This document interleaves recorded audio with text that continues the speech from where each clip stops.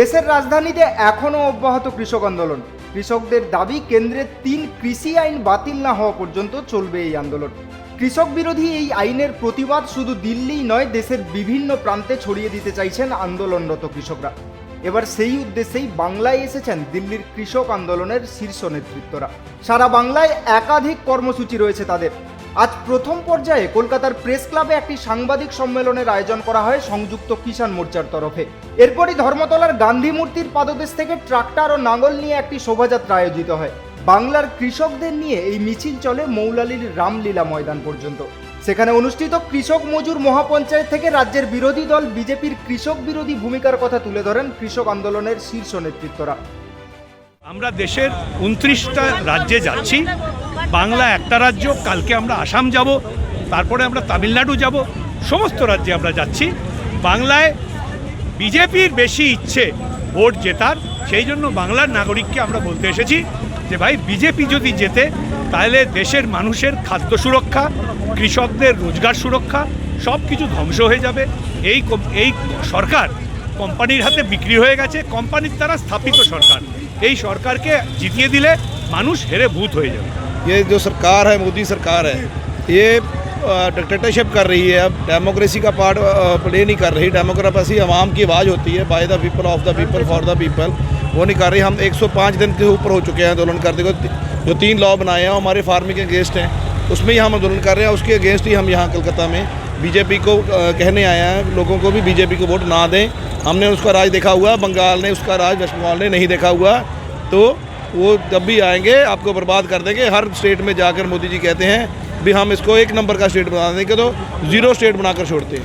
ये मिशिल उसी आंदोलन का एक पार्ट है, और इसमें रोड शो भी कर रहे हैं और पंचायतें भी कर रहे हैं। पूरे भारत में पंचायतें कर रहे हैं।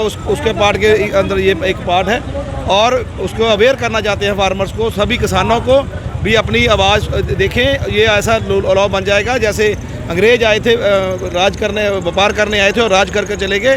ये लॉ भी अडानी अम्बानी के चक्कर में राज करने के लिए बन रहा है। किसान मोर्चा के ऊपर जो दमनकारी रुख है वो इसीलिए है क्योंकि उनको चुनाव में चंदा देने वाले और उनकी तिजोरी भरने वाले अडानी अंबानी जैसे कई कॉरपोरेट्स की तिजोरी जो भरना चाहते हैं।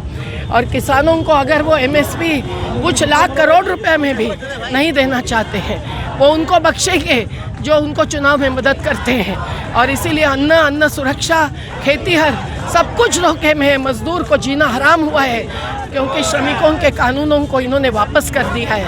29 कानूनों को ख़त्म कर दिया है और ऐसे कानून ला रहे हैं जो कि किसानों की भूमि छीनेंगे और गोडाउन उनके बनेंगे, तो राशन व्यवस्था नहीं बचेगी। संयुक्त किसान मोर्चा बंगाल की जनता को ऐलान करता है कि इसकी सच्चाई समझो और किसान मजदूरों के पक्ष में ही वोट दे दो।